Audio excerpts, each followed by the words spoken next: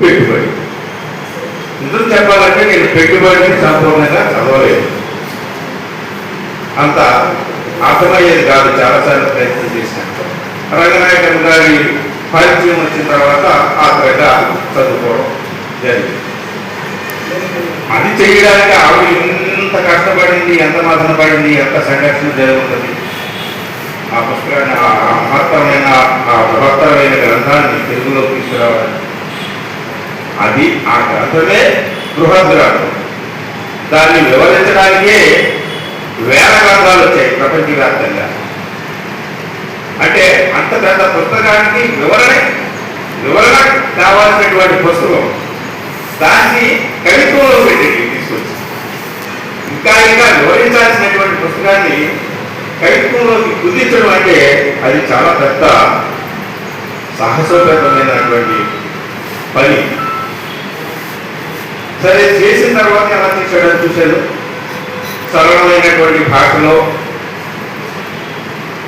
తనకు తెలిసినటువంటి కవిత నిర్మాణ పద్ధతిలో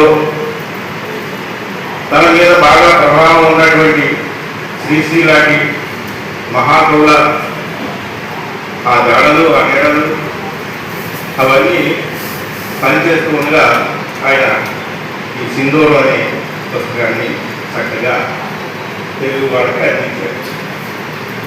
నేను ఏ పుస్తకాన్ని పట్టుకున్నా, ముఖ్యంగా కవిత్వం పుస్తకాన్ని పట్టుకుంటే ఈ వస్తువుని ఈ కవి ఎట్లా కవిత్వం చేశాడు అని చూస్తాను. అది బహుశా చాలామంది అట్లాగే చూస్తారు. వాళ్ళు ఎలా కవిత్వం చేశాడు దాన్ని. కానీ కొన్ని సందర్భాల్లో వస్తువు చాలా ప్రధానమవుతుంది. కవిత్వంలో ఉన్నటువంటి శిల్పము, ఆ సబబు, ఆ శైలి, ఆ విన్యాసాలు ఇవన్నీ కూడా సెకండరీ అయిపోతాయి. అట్లాంటి పుస్తకంలో ఈ సింధూరు నాకు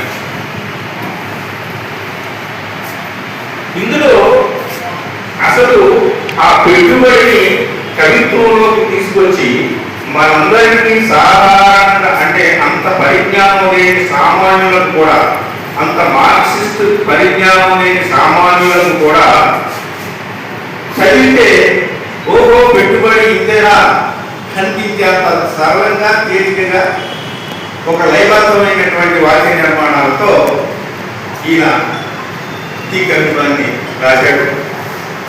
ఇద్దరు